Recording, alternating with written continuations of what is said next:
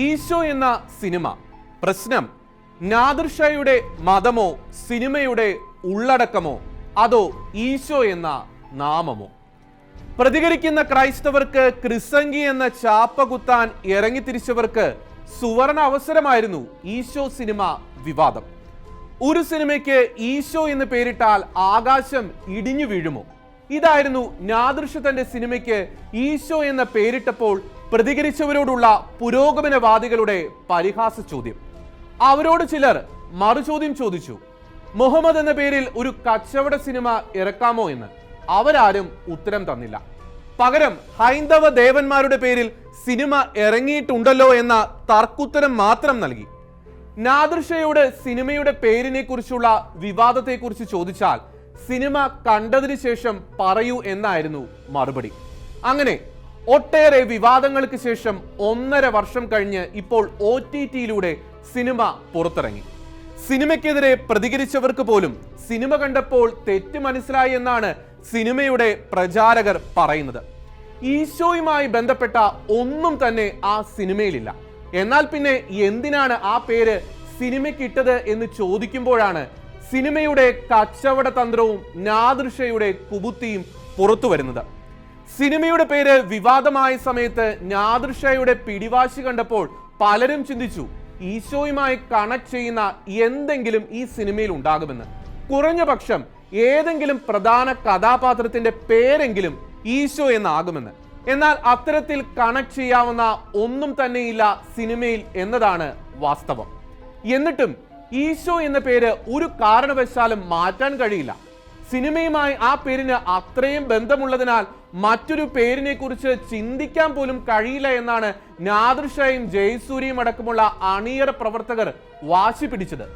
വിവാദമുണ്ടാക്കി cinema market ചെയ്യുക എന്ന ഒരേ ഒരു ഉദ്ദേശത്തോടു കൂടി ഈശോ എന്ന പേര് ആ സിനിമയിലേക്ക് അനാവശ്യമായി തിരികെ കയറ്റാനാണ് സംവിധായകൻ നാദിർ ഷാ ശ്രമിച്ചിരിക്കുന്നത്.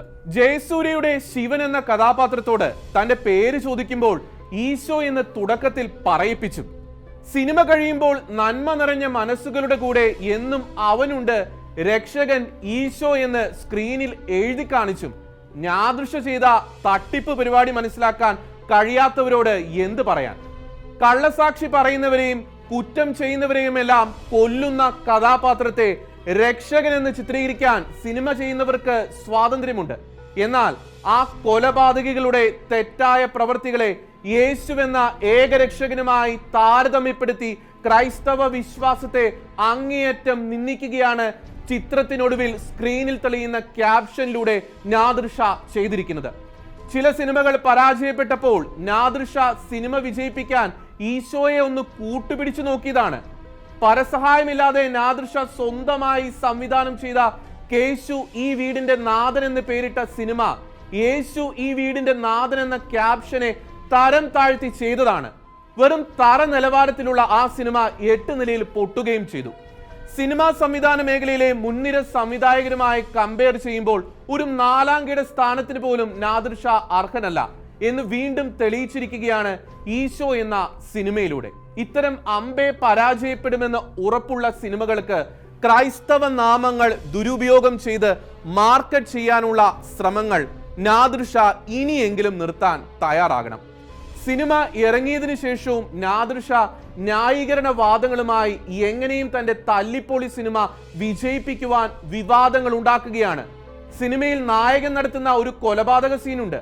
അതിൽ ക്രൈസ്തവരുടെ വിശ്വാസത്തിന്റെ അടിസ്ഥാനവും രക്ഷയുടെ പ്രതീകവുമായ കുരിശിനെ അവഹേളിക്കുന്ന രംഗം ചേർത്ത് വെച്ചിരിക്കുന്നു. നായകൻ കുരിശിന്റെ മുമ്പിൽ കത്തിച്ചു വെച്ച മെഴുകുതിരിയിൽ നിന്ന് സിഗരറ്റ് കത്തിക്കുന്നു.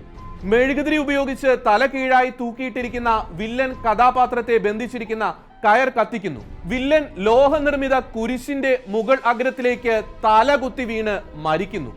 ഈ രംഗത്തെക്കുറിച്ച് കൂടുതൽ വിശദീകരണം ഇവിടെ പറയുന്നില്ല.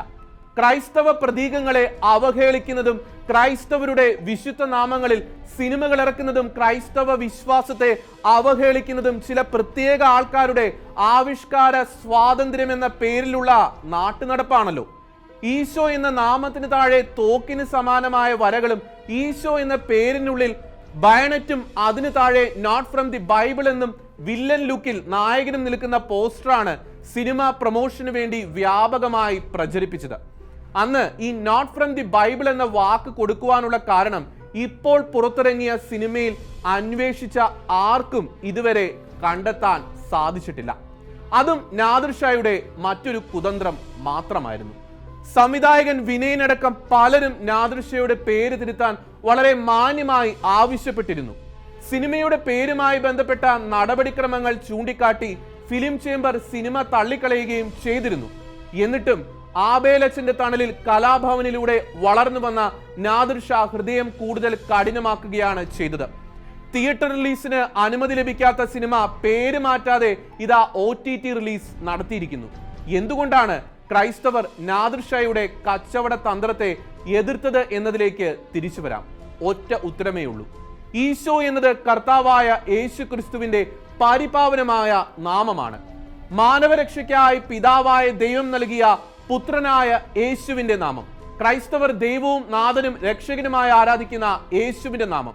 ആ നാമം വൃഥ ഉപയോഗിക്കാനുള്ളതല്ല. അത് നാദിർ ഷായെ പോലെയുള്ള ചിലർക്ക് അവരുടെ നാലാംകിട കച്ചവട തന്ത്രങ്ങൾക്ക് ഉപയോഗിക്കാനുള്ളതല്ല. ഇത് മാത്രമേ സിനിമയുടെ പേരിനെതിരെ പ്രതികരിച്ചവർ അന്നും ഇന്നും പറഞ്ഞിട്ടുള്ളൂ. ഒരു പേരിൽ എന്തിരിക്കുന്നു എന്ന് പറയുന്നവർ യേശുനാമത്തിന് യഥാർത്ഥ വിശ്വാസികൾ നൽകുന്ന ആദരവും ആരാധനയും തിരിച്ചറിയാത്തവരായിരിക്കാം. അവർക്ക് യേശു അന്തൻ കണ്ട ആനയെ പോലെയാണ്.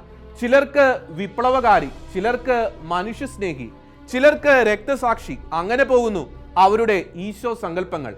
എന്നാൽ ക്രൈസ്തവർക്ക് യേശു ദൈവമാണ്. അവർക്ക് ജീവിതം സമ്മാനിച്ച എല്ലാമാണ്. ക്രൈസ്തവരിൽ വിശ്വാസം ക്ഷയിച്ചു പോയ വെറും ക്രൈസ്തവ നാമധാരികളുണ്ട്. അതിൽ ചില പുരോഹിതർ പോലുമുണ്ട്. അത്തരക്കാരെ സത്യവിശ്വാസികളുടെ ശബ്ദമാക്കി ഈശോ എന്ന നാമത്തെ ഒരു കൂട്ടർ അപഹസിക്കുമ്പോൾ ഈശോയെ ഉള്ളു തുറന്ന് സ്നേഹിക്കുന്നവർ പ്രതിഷേധിക്കും. നാദിർ ഷായോട് ഒരു കാര്യം വീണ്ടും ഓർമ്മിപ്പിക്കട്ടെ. ക്രിസ്തു വെറും ഒരു പ്രവാചകനല്ല. ക്രൈസ്തവ വിശ്വാസം അനുസരിച്ച് ഈശോ ദൈവമാണ്. മനുഷ്യവർഗത്തിന്റെ ഏകരക്ഷകനാണ്. അത്യുന്നതനായ ദൈവത്തിന്റെ ആ പരിശുദ്ധമായ നാമത്തെ നിങ്ങൾ വെറും ഒരു തറ ചിത്രത്തിന് അനാവശ്യമായി നൽകി നിന്ദിച്ചിരിക്കുന്നു. ആ നാമം ദുരുപയോഗം ചെയ്ത് നിങ്ങൾ കച്ചവടം നടത്താൻ ശ്രമിക്കരുത്. നിന്ദിച്ചവരോടും മർദ്ദിച്ചവരോടും കരുണ കാണിച്ചവൻ തന്നെയാണ് ഈശോ. ആ ഈശോ നാദിർ ഷായോടും ടീമിനോടും ക്ഷമിക്കട്ടെ.